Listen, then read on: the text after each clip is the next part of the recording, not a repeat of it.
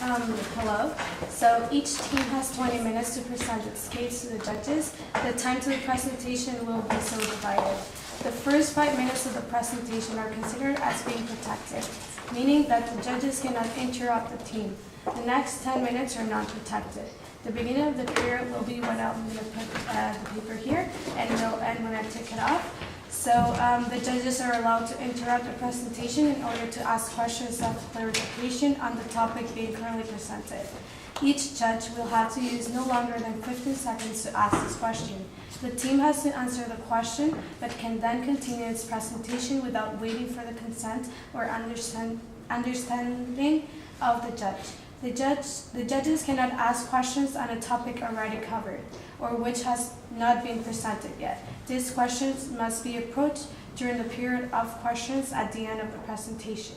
The last 5 minutes of the presentations are meant to conclude the presentation and are shielded from questions of the judges.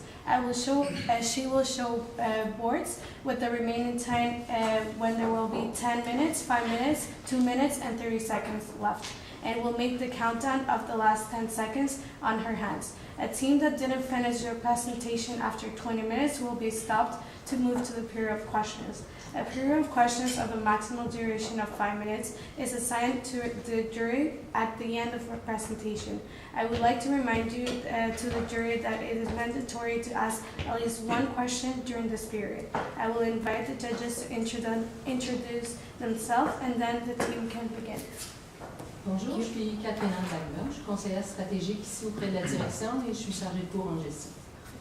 Bonjour, Samuel Lié, je suis comptable professionnel à Québec. Bonjour, Laïla Vanessa Padus, je suis Product Manager pour L'Oréal Canada. Bonjour, Dominique Chéné, analyste immobilier pour IA Groupe Financier.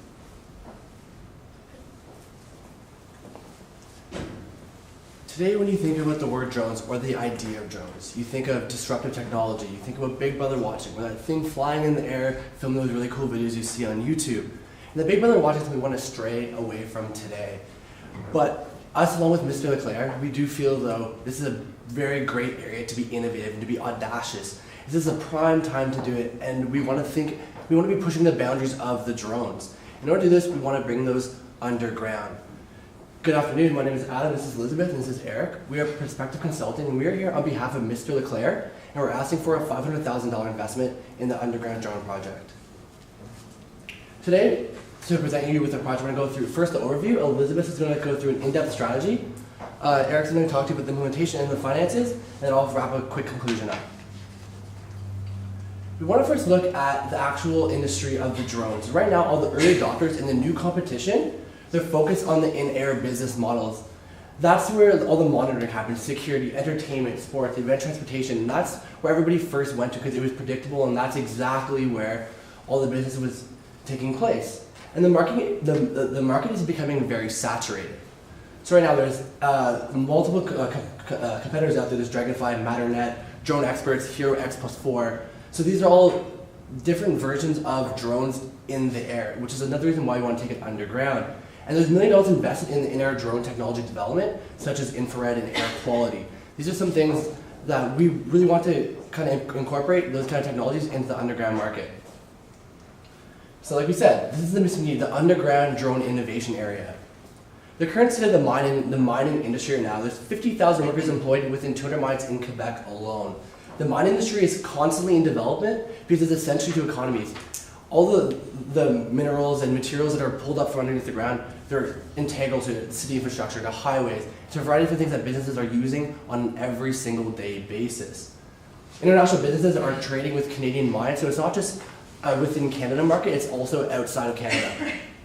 67,000 upcoming retirees in this market by 2023 with low recruitment potential. So we want to ensure the safety of these retirees so they can actually retire safely and live the full longevity of their life. So the target market is essentially the mining industry. People in charge of the mining industry right now, they're middle-aged, they like the personal contact, and they're very prone to traditional marketing techniques. And they really focus on safety concerns and recruitment potential because right now within the mining industry, recruitment potential is very low because prospective employees find it an unsafe area to go into business in.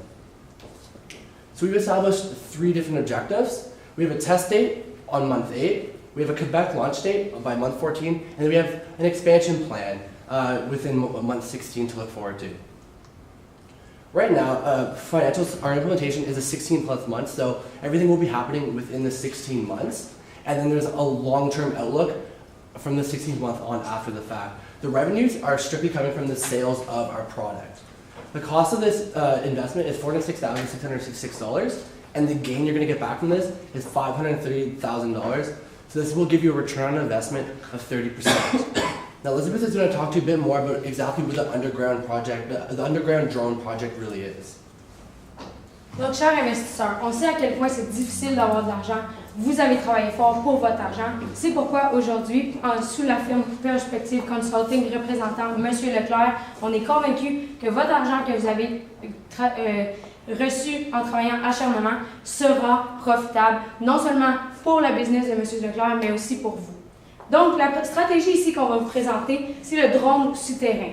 Donc, tel que mentionné précédemment par Adam, le drone est souvent vu par quelque chose qui est à l'extérieur, qui vole, qui va suivre. Il y a même des développements dans la technologie par rapport à l'infrarouge qui permet de détecter des corps en dessous des buildings lorsqu'il y a des catastrophes. Il y a aussi le bracelet qui permet de faire suivre un drone d'une personne lorsqu'elle fait une activité physique. Le développement est immense, les recherches et le développement et l'argent qui est investi là-dedans est immense, mais il n'y a personne encore souterrain. C'est pourquoi votre investissement est important pour nous, pour qu'on puisse bouger de l'avant, pour qu'on puisse mettre de l'avant le projet du drone souterrain.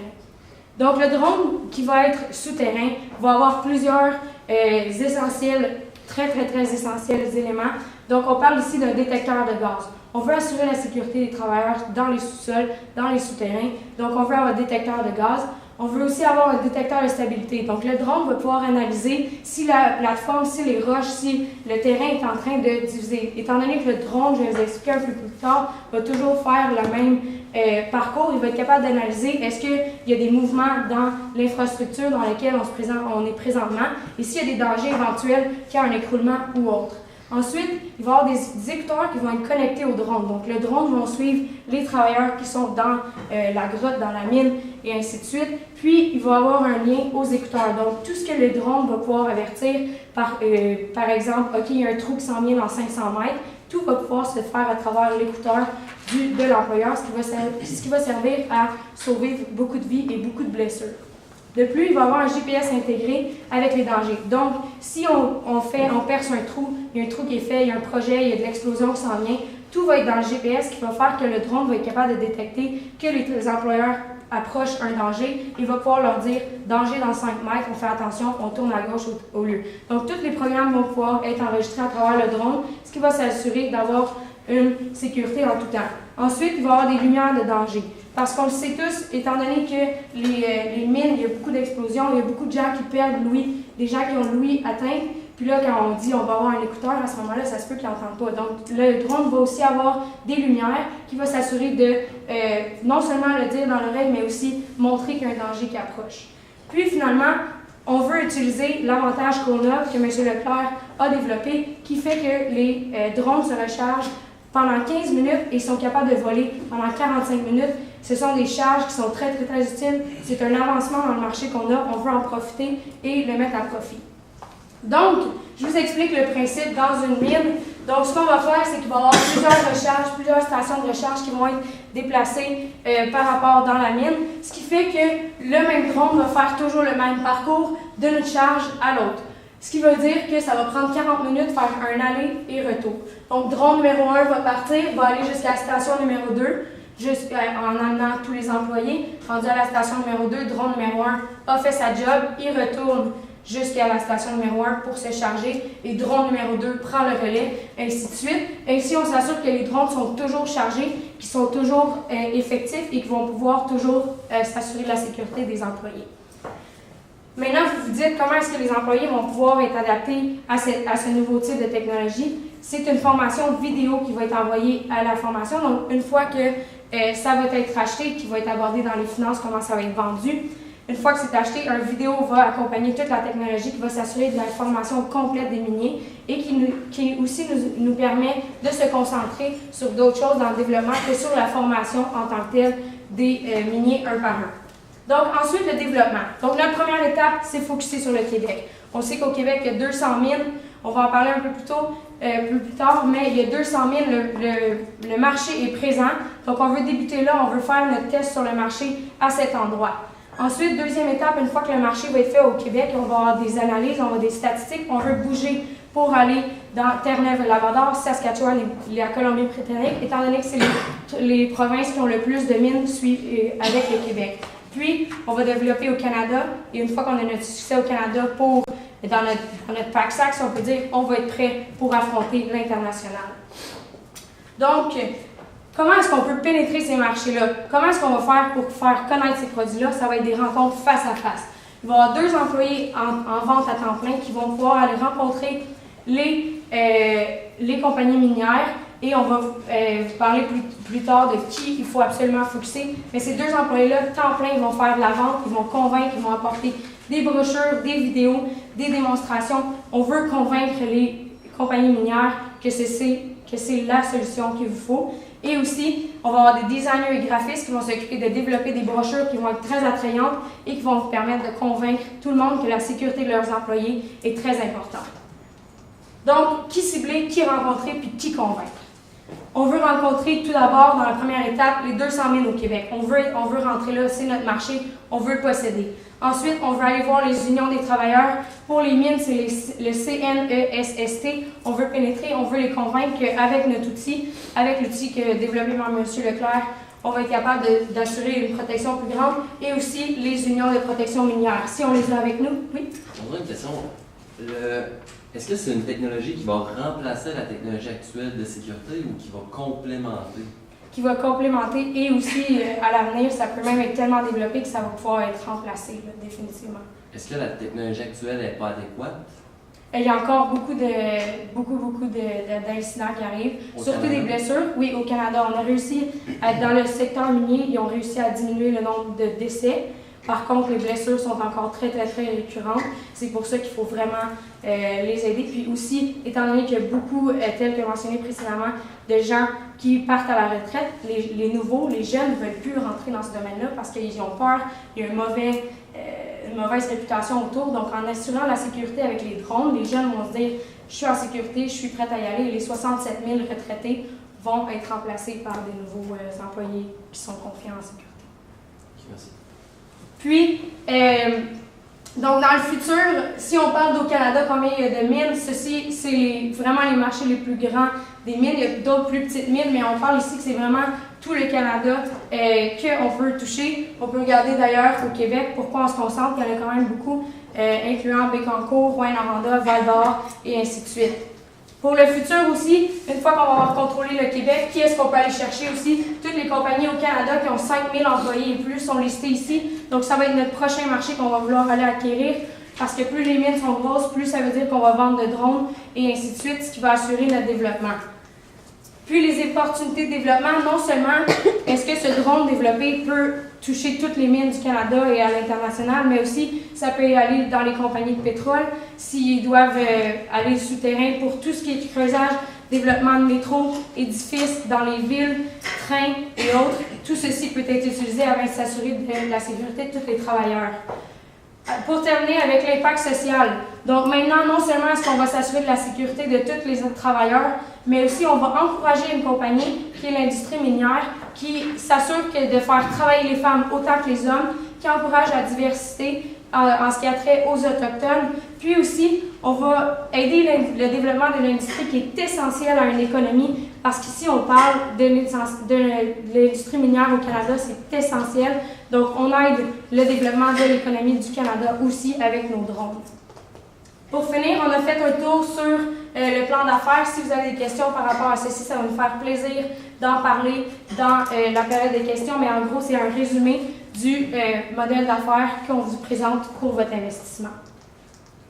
Donc, je vais passer la parole à Eric qui va vous parler en détail de quelles sont les prochaines étapes et le coût associé à ceci. Thank you, Ellie. So now that we've looked at the strategy itself, we'll look at how we plan to implement it and make it a reality. So to start things off, we've broken things down into 3 phases, each consisting of 8 months, with the last one lasting from month 16 going beyond into the future. So to start things off in phase 1, it is very important that we invest in technologies to strengthen the signals. As since mines consist of doing a lot of work that is underground, we require to have technologies that rely on frequencies that are at a lower level. And as a result of this, we'll be able to ensure that there's a strong connection underground in order to make sure that the employees are as safe as possible at all times while conducting their work. And we've come to the conclusion that it would cost roughly $230,000 to do this. In addition, it's also very important that we hire 2 sales associates that will be going around to the various mines throughout Quebec and selling our product to them to get them all on board to buy it from us. And these people will be salaried at $52,000 per year. On top of this, we'll be providing an instructional video to everyone who we sell the product to as well. And this is very important because we aren't just selling drones, we're selling safety. And the main thing with safety is that people cannot act safe if they aren't taught how to be safe. So as a result, we'll be giving them an instructional video that will teach them how to actually use the product properly in order to ensure that it mitigates as many risks as possible. And to produce this video, it will cost us $20,000 and will come along with each kit that we'll be selling to the various mines. On top of this, we'll be developing audio safety material. So as Ellie mentioned, with this product, what will happen is everyone will be wearing an earpiece so they can hear instructions if an emergency situation arises. And when they're wearing the earpiece, they'll be able to hear instructions on how to handle the situation properly. Now, whenever I think back to crisis situations and the things that are involved in it, I think of a couple things. There's a lot of stress, confusion, lack of direction, and a lack of authority, and instruction as well. By having an earpiece in people's ear, they'll be able to have the clear instructions on how to handle the situation properly. Everyone will be informed of what's actually going on, and everyone will be following the same directions. And as a result, it will reduce the amount of stress and chaos that everyone's experiencing, therefore increasing the likelihood of them being able to make it out of the situation safely. And this will cost roughly $18,000 or so to produce it in both English and French. Moving on to the second phase here, we'll start to look at continuing to pay the sales associates that we previously hired, as well as consulting with an audio company as well, to provide us with the actual earphones that will be used within our products here. And this way, everyone will be able to be sure that they have all the supplies necessary in order to use this safety material. On top of this, we plan to actually launch the product during month 14 to the market. And it's important that we launch this product successfully due to the fact that people take safety very seriously. As Ellie mentioned,